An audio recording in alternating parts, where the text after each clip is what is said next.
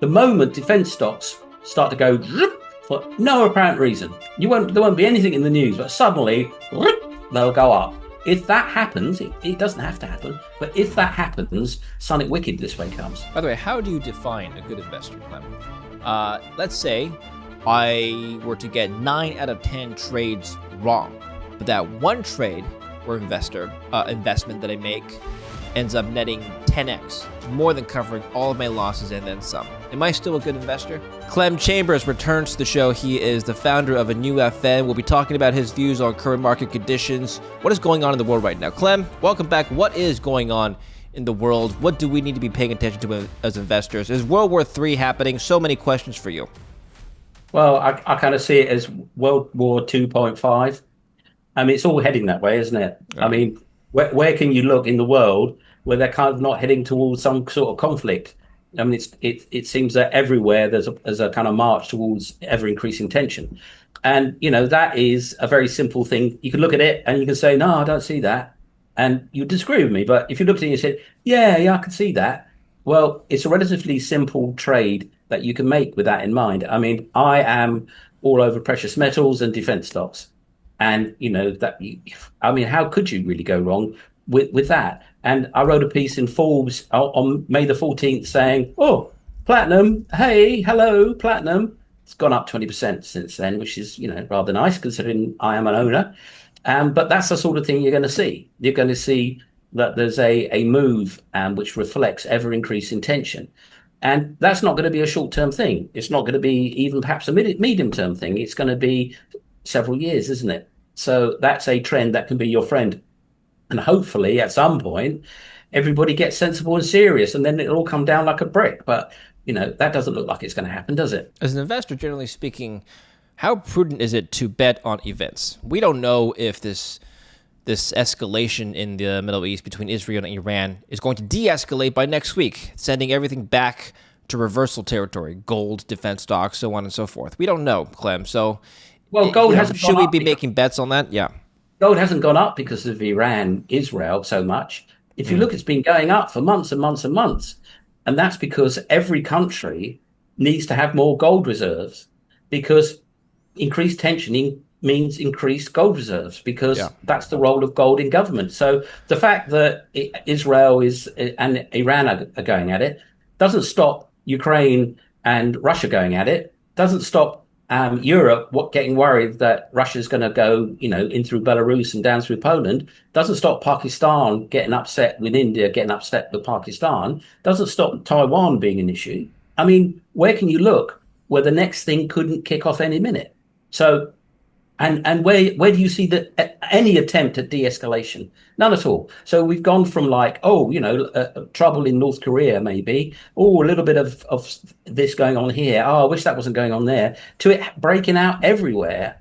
And all you've got to do is listen to politicians, and they're almost hysterical. So that is the climate. You could call it a climate of fear. It's a climate of conflict, but it's ratcheting up. So it's not like something happened. It's this slow trend of ratcheting up conflict that's driving these markets. So you're not betting on events. You're betting on a long-term trend. What's your thesis on defense stocks then? Are you expecting a protracted war? Well, I mean, if you look at defense stocks in Europe, they're the ones that have gone through the roof. And it's gone through the roof because America has said, this is your problem, go sort it out. Now, that's not great news for American defense stocks, because they were expecting a lot of business, and they're not going to get it now because the Europeans are going to try to build their own, because they don't want to kill switch, and they don't want to be told they can't have any more. They don't want to rely on a wobbly ally, which America has kind of made out that it's not so certain anymore. So that wobbliness means you have to onshore all your defense. And all those companies that have been doing defense are now going to have to do a lot more. They're going to have a lot more business, and all those stocks have gone through the roof. If you look at US defense stocks, they haven't. Now, you can see why that wouldn't be the case, because they've just lost a lot of business, because all that business they were going to do in Europe on the basis of America shipping them lovely planes and lovely stuff, that is really, I wouldn't say gone away, but that's not going to be front and center anymore, because Europe is going to be building its own stuff. So they've kind of lost a big customer. So they haven't really reacted to this increased tension. But the thing to look for is when they start to run. If they start to run, that will be a signal that a lot of bad things are coming. And lots of other things that you would want to invest in are now good. Because if there's a increased likelihood that American defense stocks are going to get huge contracts, war footing contracts, then, people in the know, and other things will run as soon as that information starts to dribble down to more and more people. So the moment defense stocks start to go for no apparent reason, there won't be anything in the news, but suddenly they'll go up. If that happens, it doesn't have to happen, but if that happens, something wicked this way comes. By the way, what's going on with Germany? They want to remilitarize. I think the chancellor wants to make Germany the largest military in Europe now. Is that going to happen? Is that just talk?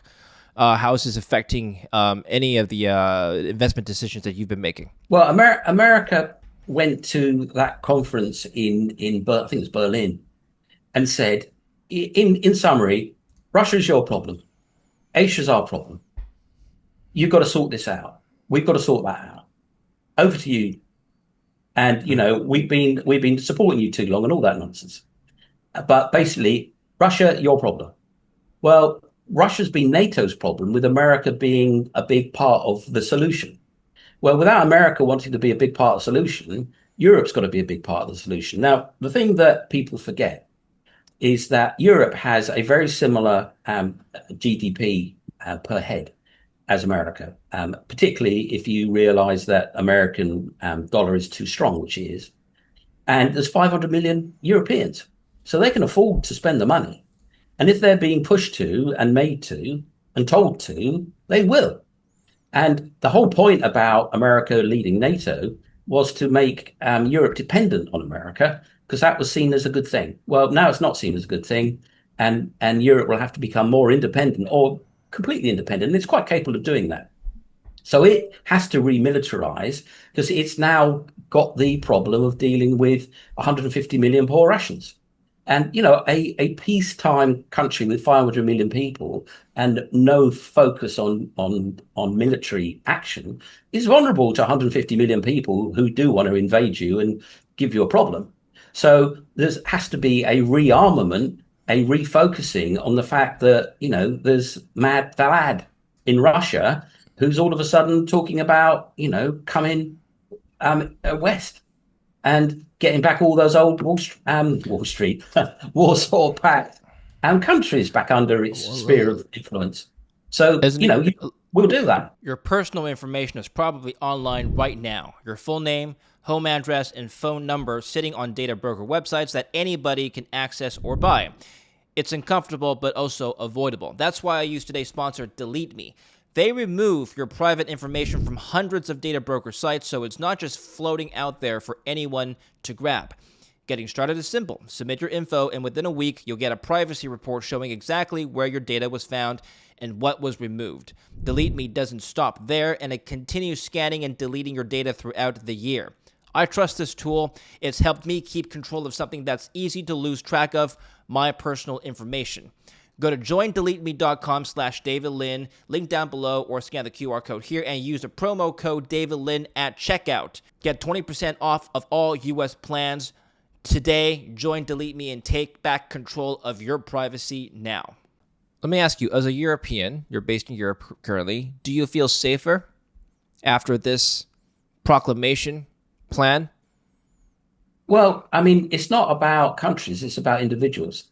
It's, there's nothing wrong with the Russian people. It's the leadership. There's America's a lovely place full of lovely people, but the leadership layer is gone to hell in a handbasket. And I mean, if you look around the world, there's a whole group of really volatile leaders in very powerful positions. And in the past, that wasn't the case. So I'm not afraid of people. I'm afraid of the leaders. And European leaders, they're kind of a bit old school, which means they're slow on the uptake, perhaps. Yeah. But there's many enough reasons to be scared of the leadership in the East Bloc, and for that matter in Asia. And so, yeah, why not be scared? And I think if you can take enough antidepressants, you wouldn't be. But there's certainly anybody who's got their eyes out watching can see that there's an uptick in global stress. And, that can go both ways, can't it? It can come down or it can go up. If it keeps going up, that's very bad. And I think it will keep going up, but I have a optimistic view on the outcome. Okay. Well, some people are calling this war between Israel and Iran a proxy war between Russia and the U.S. First of all, do you agree? And if so, how could it escalate? Well, there's been all these proxy wars. I mean, if you look at Iran and then you look at the south of Lebanon, that may as well be Iran. If you look at Yemen, that's Iran. May as well be Iran. It's just called Yemen. But the people running it are funded, supported, created by Iran. And all these paramilitary groups all over the place are powered, paid for, ruled by Iran. So wherever they're in control, you could just put a circle around that and call it Iran. So you're seeing a proxy war. Well, it's not a proxy war anymore. You're seeing a battle, which may be a war. It depends when it stops. A battle between Iran and Israel, with Iran has been fighting a war, which is called a proxy war, for years, frankly, for years. So it's just a changing of terms for a reality. Iran, all the Houthis firing rockets at oil tankers. That's Iran doing that. Yeah. All those, Yemen can't make drones. Give me a break. Can't make missiles, can't make that stuff, can't make armament. It all comes from Iran. It's Iran. They're Iran. They might as well call themselves, Iran B. Yeah, it's not even a proxy war, really. It's a straight out war that nobody wants to call a war, and it's been going on for a long time. Well, now we've got the not hidden, not renamed war going on, and you could say, are they calling it a war or are they calling it a battle? Yeah, is it a conflict or is it a war? Is it a regional war? Is it the beginning of a global war? The historians will give it a name, but at the moment, it's one of those outbreaks of battles that you get in the Middle East, and yeah, it can escalate. And if it escalates, I mean, at the end of the day, if the individuals watching this show want to protect themselves, the best way is to make money. So you look at this, there's nothing you can do. You can shout as loud as you like, they won't stop fighting. How do you, play that market and look after your own security through laying in some money? Well, if this de-escalates, then obviously certain things won't happen. If it escalates, then the obvious things will happen. Oil will go through the roof. Various things will happen. Gold will go mad, and so you have to make your call now whether you think it's going to escalate. Here's my interpretation. The markets are pricing in no risk or little risk of escalation, rather. In fact, it's de-escalating. Oil futures are down. Crude oil, this is crude oil. It's down from $77 last Friday, all the way down to now $69.76. The S&P is back near $6,000. 6,000 points. It's above 6,000 actually as we speak. The Nasdaq's up. So there's risk on sentiment is still ongoing, and oil is not through the roof, or at least not maintained its through the roof motion. In fact, it's come back down. So markets have been pretty prescient in pricing in geopolitical activity in the past, last year, where Israel and Iran have been lobbing missiles at each other and drones. And so, could the markets be wrong this time in pricing in a de-escalation? Well, the way that it works is the information of the status quo right now is in that price. What isn't in that price is what can't be known. So any reaction from Iran or from Israel that isn't generally distributed, could move that price one way or the other. So if some Iranian wakes up and says, no, we're going to do this now, we're going to start and close the Straits of Hormuz, and that's what we're going to do, and that isn't known, then when it's announced or enactioned, oil would go through the roof. Likewise, if somebody in Israel wakes up tomorrow and goes, oh, actually, we quite like this bomb in their gas fields, let's knock out that gas fields, let's keep going. I've decided, and we're all going to agree, we're going to keep going, and we're going to knock out that gas field, and that will see us right. Well, if they woke up tomorrow and did that, then again, oil will go through the roof. But if it was decided last week they were going to stop bombing that gas field tomorrow, everybody knows that, and that's in the price. Yeah. So the status quo right now is in the price for sure. Yeah. But what isn't being decided that could be dramatic is not in that price. So the speculator's call is to predict what is going to happen in the near term that hasn't been decided yet. So you can say they're going to wake up tomorrow and they're going to sue for peace, and everyone say you're mad, you're mad. They never do that. And if you're right, the price will move dramatically. If that's what speculation is, that's why it's called speculation. So we're all speculating. But if you want to see what's happened as of now or a few hours ago, it's in the price. Let's talk about this. Well, first of all, before we mention one of your articles, zombie treadmill, we're going to talk about your views on the S&P itself and the markets, in the stock market. So you've stated multiple times in the spring that you're moving completely out of stocks due to the trifecta of uncertainty: Doge, geopolitics, etc., tariffs. Two of those things have kind of died down a little bit in terms of frontline attention in the media: tariffs and Doge, with Elon Musk leaving. Are you still concerned about this trifecta of risks? And if so, are you still risk off? Well, what I've done is I'm back about half in the market, but only in defense and only in precious metals, which Mm, is absolutely not my style because I like to be really diversified. And I'm not diversified. I'm just loaded up to a certain extent in what I think is, well, as they would say, high conviction trades or what I would call no brainers. Yeah. So I've still got lots and lots and lots of cash on the sidelines because I can't bear to put them in the market. Now, if I'd buy and held through the insanity of early on this year, I would be doing spectacularly right now. Absolutely. I'm doing really well, but I would have been doing off the dial spectacularly. But I can't say well, I do kind of understand it, but I can't say it's predictable. What we're seeing in my specialties is UK stocks. And, they are doing really, really well, exactly in the area that I invest in, which is basically stocks that are affected by carry trades. And the mhm, market at the moment is all driven by carry trades. It's about money flow. Money flows between currencies and countries and markets, depending on where people get the best yield and where they feel safe. So what you actually have seen is a reasonable amount of money flow out of the US into cheap, easy to understand, very similar markets. So you've seen that in the UK. So the UK market has been actually really rather lovelily strong. So I've missed all that good news. I didn't get any of the bad news because I was out before the roof came in, but now it's above the roof and my stocks would have outperformed everyone else because of the money flows. I would have been, drinking even more champagne than usual. But as it is, I'm still doing extremely well because I'm in precious metals. You see what they did. And as I was saying earlier, I mean, I wrote a piece about platinum being golden on the 14th of May in Forbes, and I've got a fairly large amount of it. It's up 20% in a month. I mean, you can't really complain when your positioning pays out. It's just that the one that you were scared of and ran away from has been blessed by angels. But I'm old pilots and bold pilots.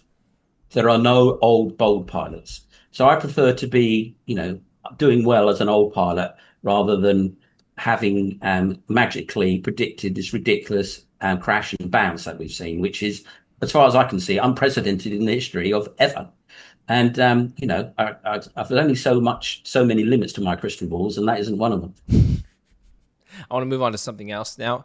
Private credit. You wrote an article for Forbes recently. I'm just going to start with one of your later paragraphs in the article, and then you can fill in the blanks for us, Clem. The ratcheting of instability has no end in sight. This potential crisis is yet another indicator that the direction of travel for the dollar is towards weakness, inflation above the legacy 2 to 3%, and chronically heightened volatility. What is this potential crisis you're referring to, Clem? Well, private credit sounds like it's something that's existed for a hell of a long time, but it hasn't. In fact, the term private credit was invented about 10 or 12 years ago. And what it is what it says. Private companies that aren't banks lending money to business. And it's been a bit of a hot subject. It's one of those things you hear about. Everybody's making money in private credit, or everyone's making money in subpar mortgage loans, or everyone's making money in tulip bulbs, or everyone's making money in dot com stocks. And so it's sort of like it sounds like something you should know about. And I thought, what is all this private credit? What's going on here? And it's very, very like 2007, 2008.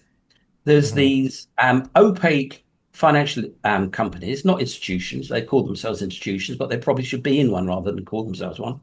And, like hedge funds and private equity companies.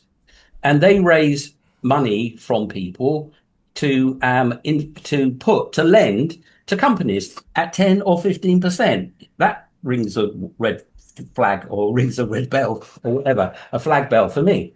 15%, a 10% lending money. What kind of company is going to take that rate? So anyway, so that's if I'm Harvard, or I will give money to a private equity company and they will lend it out to these companies. Well, they've got to be pretty shaky companies to be borrowing money at 10, 12, 15%.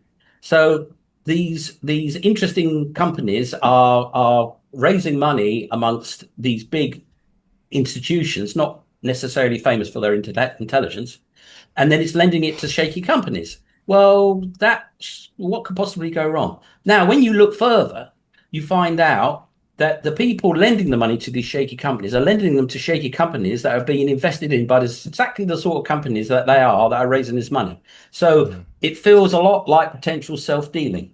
So I go to your pension and say, look, I can get you 12% by lending money to these fantastic companies that I know of, and I'll do this due diligence, and they'll be great. So you lend me the money, I then lend it to my mate's company that they bought on borrowed money, and then it pays out a dividend to them, and they take the dividend. And if that company goes bust, it blows back into the people that have invested with it. But I might even lend it to my own companies that I bought as a private equity outfit. So it's all opaque and it's liked because nobody reprices the value of these instruments because it's all private and it's all not mark to market. So you've got this ability that a lender of this money, investor of this money, can actually say, "Oh, this loan is to a company is fantastic. A company's fantastic. It's worth 100 pennies in the pound. Yeah, yeah, no problem. Don't worry about that." And then suddenly, boom, the company goes bust. It goes from 100 to zero. It doesn't just go up and down like a bond would be on the market. Yeah. So it's full of all sorts of possible things to go wrong. It's just like these mortgage bonds back in 2000, 2008. And, they made a lot of people a lot of money and everybody was saying how clever they were. And then suddenly, bang, down it came.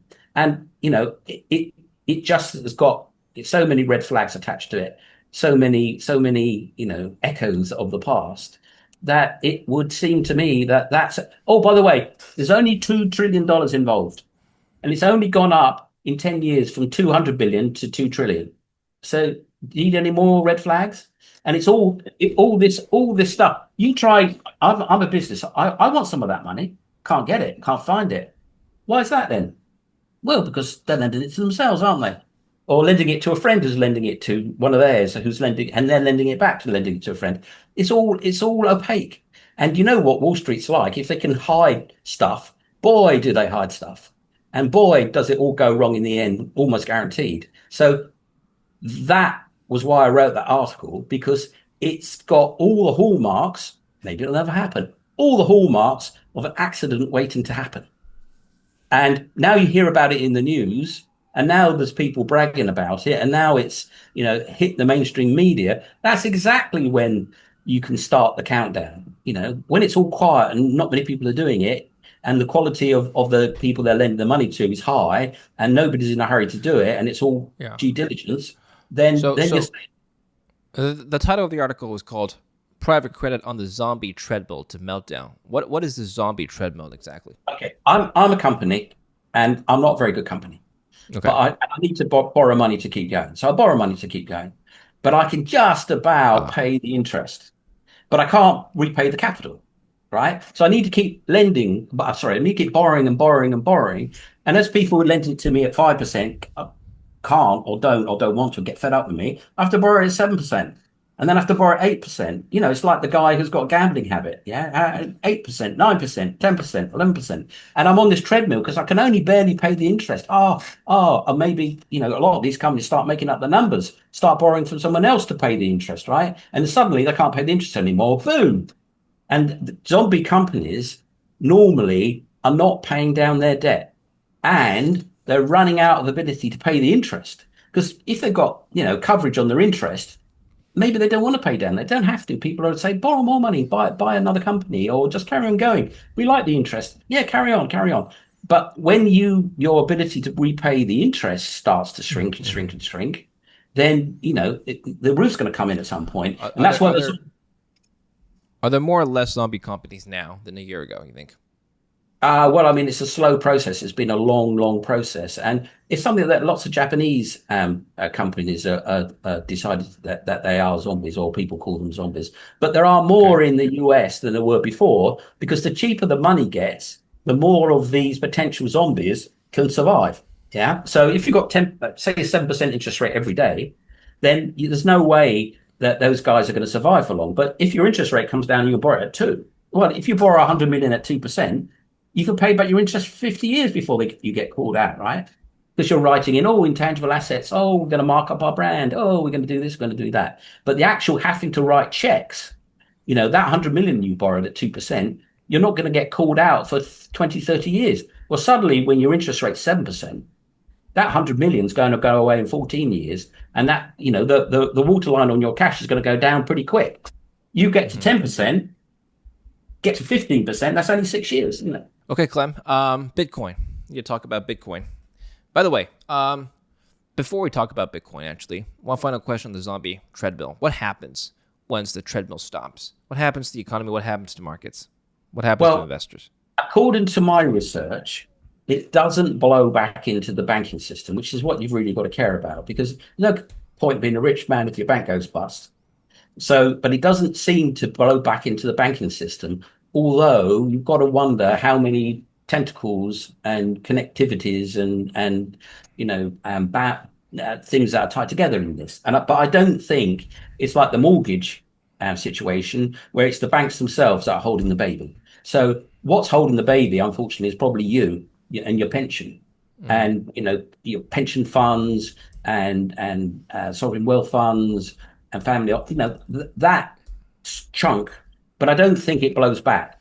However, if it's 2 trillion and you lose, say, a quarter of that, yeah, because once it all comes unpicked, you get that vicious circle that you saw in bonds. Once you go into that vicious circle, there's several hundred billion that's going to go to money heaven. And obviously that has a negative impact. But what that probably leads to is the good old Fed coming out and pulling the liquidity lever to stop everything for the dominoes, to stop the dominoes falling. And then that amounts to more inflationary pressure. So you've got tariffs with inflationary pressure. You're going to have this liquidity event potentially. There's just a lot of chronically elevated inflation coming down the pipe. And that is what people need to realize. It won't be runaway, it won't be Weimar, but it could be 5-6% again in the next 2 or 3 years. And when you're looking at a top line that says 5 or 6%, it's funny how it feels like 20%. Okay, Clem, what do we do about Bitcoin? It's nearing $110,000, massive recovery, early start to the week, following what happened last week. What do we do? Well, I mean, it's in a range, and you could look at that range and you could say, well, is this a double top? Now, my model is Bitcoin is for flight, gold is for war. So when you see Bitcoin move, that suggests that something bad is about to kick off, say like the Iranian situation right now. And then when it's actually on, when everyone's worried about it, Bitcoin goes up. When it's going to happen or it is happening, gold goes. And then afterwards, the asset that is involved with that event goes next. So you've got Bitcoin goes, gold goes, oil goes, okay, in this particular instance. And I suppose, you see, if we're going to have a never-ending cycle of this kind of outcome, then, maybe Bitcoin will stay elevated. But the moment things start to calm down, it's going to go down, I think. But, I mean, it's very difficult to see an end to the sort of things that are happening in Iran and Israel right now. Where does it end? So I suppose there's this copper bottom underneath Bitcoin. But if you look at all the other cryptos, they're not going anywhere. If you look at NFTs, if you look at all the other chains, if you look at anything that isn't Bitcoin, it's basically lying, it's on the beach. So it's really a purely Bitcoin thing. It's not a crypto thing. The crypto cycle that we've been through, that looks as dead as a door now. Bitcoin has got legs because of all this. It's a very useful asset for flight. It's absolutely, Bitcoin is for flight. It's a brilliant use case. And I think without the trouble that we've been seeing, it would be way, way lower than it is today. And I can't predict what's going to happen next. So there's kind of like a copper bottom under it, but something really bad would have to happen for it to go much higher than where we are now. I mean, Bitcoin and the stock market, similar analysis or no? Well, when they pump money into the market or into the economy, which is really an attempt to keep the market up, and you've been seeing that. Oh, why does the Treasury just bought back its Treasury bonds for cash? They never used to do that. When was the last time they did that? Oh, they've done it again. Well, if you're cashing out your Treasury bonds to pump cash into the market, and the people that get the cash go, where am I going to put this? Oh, I'll put it into equities. That's where I'm going to get my return on that. So that kind of behavior pushes money into assets, and those assets go up. And the frothiest asset is Bitcoin. So any pump of the prime of the money machine that goes into the economy will end up dashing into a Bitcoin at the top end of it. So that is that's good for Bitcoin. So the printing press is good for Bitcoin. But are they? I mean, in the current environment, to say they're going to switch the tap off is very pessimistic or optimistic, depending on your position. So there is Trump hasn't fired Jay Powell yet, has he? Well, I wonder why that is. Well, maybe because he's got his hand on the Control P button, and he needs them to be there. And the I don't know what the market would be doing now if there wasn't a lot of what appears to be support going on. But otherwise, I can't. Can anyone explain why it's so high? That's why you're here, Clem, to offer us a rational explanation. Exactly. So the alternative is to imagine that there's a large amount of support going on, or there's no other explanation. And when you see the Treasury cashing out its bonds, pumping cash into the market by buying back its bonds, you've got an indication that there's a desire to put liquidity into the market. Well, trading and investing is just a matter of probabilities. What is more probable? 200K Bitcoin or 50K Bitcoin? In other words, 100% increase or a 50% haircut by the end of the year? Very unlikely to be 200, extremely unlikely. In fact, I would probably put on that trade if it was one of those trades. 50, I think that's also unlikely, but not impossible. I would say 5% chance of it being 200,000, 20%, 10% chance of it being 50. Going back through 80,000, I would say that's a 50-50. Okay, so it stays basically range bound for the Bitcoin price. I mean, range bound for Bitcoin is different. Look, one of my investment maxims, one of the things that I hold on to is, I could be wrong. And I'm wrong all the time. I just have to be a little bit more right than wrong. But I look at the chart and I see a double top. Now, I would be because I'm a bear, and I've seen the chart, do the opposite so many times. I'm skeptical about that. But if I was a novice, I would say, well, it's a double top. Anyone can see that. And you've got this fantastic trend that goes straight through those tops. And two, if you go onto a long-term chart, just draw a straight line through all the tops, you can say if it goes through that line much to above it, it's going to go quite a long way. A lot. I mean a long way. $50,000 a coin. But until it does, it's just at the very best not going to go up much, and probably end up traveling down significantly. So that's if you open the Idiot's Guide to Technical Analysis and went to page 4, that's what it would say. Yeah, but the charts are very good at predicting the past, and aren't necessarily so great, or not as good at predicting the future. So I would say that you can't predict all these ridiculous geopolitical events that we're seeing time and time again. And if you say they're going to continue, then there's I wouldn't say a copper bottom, but there is a safety net. There is a updraft that will help Bitcoin from completely keeling over and collapsing. Excellent. Clem, thank you very much for your analysis. Where can we follow you right now? Well, I do plenty of writing about this stuff on Forbes, and you can go back and you can read what I've said and find out I'm not wrong 50% of the time, Yeah. or more. So it's all there in the public record for about 20 years if you're prepared to dig that far. And I think you'll find that there's some good stuff out there that I've predicted. I'm quite pleased with my platinum prediction because that was seriously contrarian only days ago, and now it's taken off. And I leave people with this final thought, apart from the fact they should subscribe and like you and ring that bell because they should, because you're quite a great channel.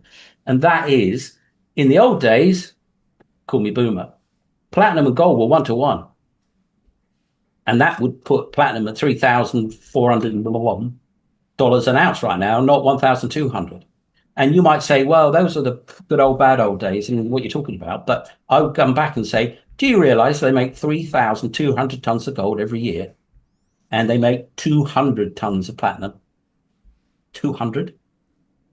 200? That's Okay. it. So, if you think about the parity of how much of that stuff is made, it could easily be $3,000 an ounce.